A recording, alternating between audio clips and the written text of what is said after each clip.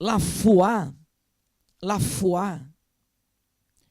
elle nous amène, la foi, elle nous amène à obéir. Obéir à Dieu, regardez bien comment sont les choses. Obéir à Dieu, c'est une pleine conscience que je ne suis pas en train de faire ce que je veux. La personne qui veut voir le résultat de sa foi, elle ne doit pas agir comme elle veut. Obéir à Dieu, ce n'est pas faire ce qu'on veut. Obéir à Dieu, c'est suivre l'indication que Dieu donne. C'est la personne qui, avec humilité, elle se laisse guider par Dieu lui-même. Elle met sa volonté de côté. C'est la personne qui a le plaisir de s'insérer à obéir à qui? À Dieu. Et Dieu parle dans le chapitre 28 de Deutéronome. Faites attention à ce que Dieu il parle. Verset 1, il dit comme ça. Si tu obéis, dans d'autres termes, tu n'es pas obligé. Si tu ne veux pas obéir, n'obéis pas. Mais qu'est-ce qu'il dit? Si tu obéis à la voix de l'Éternel. On aura beaucoup ici à parler, Église. Si, d'abord, c'est la suite, parce que obéir ne dépend de personne. À la voix de qui? De l'Éternel. Il y en a beaucoup qui obéissent à la voix des pasteurs, des prophètes, des révérends, de la tradition des hommes familiales. Si tu obéis à la voix de qui? De l'Éternel ton Dieu, en observant et en mettant en quoi? En pratique tous ces commandements que je te prescris aujourd'hui. L'Éternel ton Dieu, qu'est-ce qu'il fera?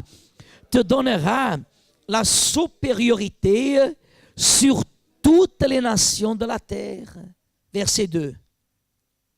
Voici toutes les bénédictions qui se répandront sur toi et qui seront ton partage lorsque tu obéiras à la voix de l'Éternel.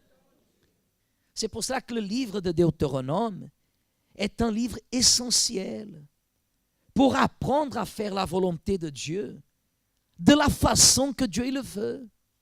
Pour apprendre à obéir à Dieu, regardez. Parce qu'il y a beaucoup de personnes qui sont dans l'église et qu'elles viennent à l'église les dimanches. Mais ça rentre d'un côté, ça sort de l'autre. Vivre par la foi, ce n'est pas une imposition, c'est un donnant-donnant. Si tu fais, moi je fais. Si tu ne fais pas, je ne le fais pas. Parce que quand le peuple est sorti de l'Égypte, ils sont restés 430 ans dans l'Égypte, Église. Ils ont perdu la notion, regardez-moi s'il vous plaît, ils ont perdu la notion de tout ce qui était une bonne conduite. Ils étaient esclaves. Dieu a établi la loi. Et la loi consistait, dans d'autres termes, à ce que le peuple devrait faire et ce que le peuple ne devrait pas faire. Dieu, il devrait éduquer le peuple, diriger le peuple. Et aujourd'hui, qu'est-ce que nous avons pour nous diriger, Église? Une Église, un pasteur, non, qui me dirige, c'est le Saint-Esprit.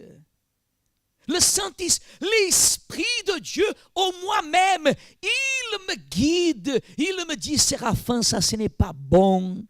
Séraphin, ne fais pas ça. Séraphin, ne vit pas comme ça. Le Saint-Esprit, il est là pour nous convaincre.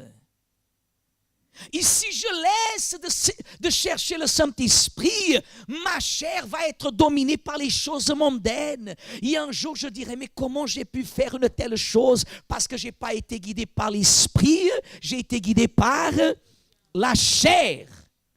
Et le diable, il utilise la chair. Parce que c'est beaucoup plus facile pour nous écouter la voix de la chair que d'écouter la voix de l'Esprit.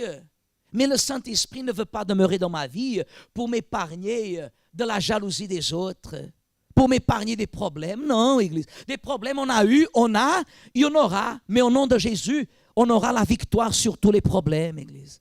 Parce que Dieu ne faillit pas. Ou est-ce qu'il est un homme pour mentir? Non. Ce qu'il promet, il accomplit. Il dit comme ça au verset 3. Tu seras béni dans la ville et tu seras béni dans les champs. Le fruit de tes entrailles, le fruit de ton sol, le fruit de tes troupeaux, les portées de ton gros et de ton menu bétail, toutes ces choses seront quoi? Quand vous êtes bénis, Église. Vous devez avoir l'envie, Église, et pleurer si vous n'avez pas le Saint-Esprit. Vous devez montrer à Dieu, mon Dieu, c'est mieux de mourir que de vivre ici sur cette terre sans avoir quoi? Ton esprit. La fête, les amitiés ne peuvent pas me rendre heureux. Ce qui me rend heureux, c'est la présence de qui? Amen, Église. Parce que béni, il a déjà établi. Si vous êtes avec Dieu, où vous irez, vous serez béni pour toujours.